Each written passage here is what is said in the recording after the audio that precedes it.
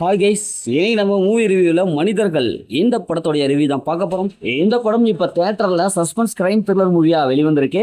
இப்போ இந்த படத்தோடைய கதையை பார்த்தரலாம். ஒரு 6 ஃப்ரெண்ட்ஸு ஒரு காட்டுப்பகுதியில் போய் சரக்கு அடிச்சுட்டு இருக்கிறாங்க. சரக்கு அடிச்சுட்டு இருக்கும்போது அவங்களுக்குள்ள ஒரு பிரச்சனை. இந்த பிரச்சனையில் ஒருத்தருக்கு ஒருத்தர் அப்படியே அடிச்சுக்கிறாங்க. இதில் ஒரு ஃப்ரெண்டு இறந்துடுறாங்க. உடனே மற்றவங்களாம் சேர்ந்து இவங்களை எப்படியாவது இந்த பாடி டிஸ்போஸ் பண்ணிட்டு தப்பிச்சுக்கலாம் அப்படின்னு சொல்லிட்டு பிளான் பண்ணுறாங்க. ஆனால் அந்த பிளான்லேயும் ஒரு பயங்கரமான சம்பவம் ஒன்று இருக்குது. இப்போ அந்த சம்பவம் என்ன, இதிலிருந்து எப்படி மீண்டாங்க, இறுதியில் என்ன ஆச்சு அப்படிங்கிறது தான் இந்த படத்துடைய ஒன்லைன். இப்போ இந்த படத்துடைய பாசிட்டிவ்னு பார்த்தாவே படத்தில் நடிச்சிருக்க கேரக்டர் ஓரளவுக்கு பர்ஃபார்ம் பண்ணியிருக்காங்க. நைட்லேயே ஃபுல் அண்ட் ஃபுல் நைட்லேயே எடுக்கப்பட்ட படம். அதனால் அந்த ஒளிப்பதிவு செம்மையாக பண்ணியிருக்காங்க. ஒரு 6 பேர் இவங்களை வச்சே கதை சொல்லியிருக்காங்க. அது நைட் எஃபெக்ட் அந்த பியூட்டி மியூசிக்லாம் நல்லாவே வந்திருக்கு.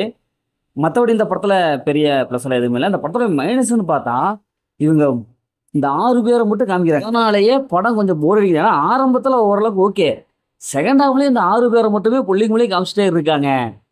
அதே மாதிரி எந்த ஒரு சீனுமே இவங்க 6 பேர்த்த அந்த க்ளோஸ்அப் காட்சி வச்சு முடிச்சிட்டாங்க. இது மாதிரியான ஒரு சஸ்பென்ஸ் கிரைம் த்ரில்லர் மூவிக்கெல்லாம் நாம் அந்த சீன் தான் பயங்கரமாக எஃபெக்டிவாக எடுக்கணும். அப்படியே அந்த காட்சிகளை பார்க்கும்போது நமக்கு அள்ளுடணும், ஏன்னா அந்தளவுக்கு இருக்கணும். ஆனால் இங்கே வெறும் வாய்ப்பேச்சிலேயே அதை சொல்லி முடிச்சிட்டாங்க.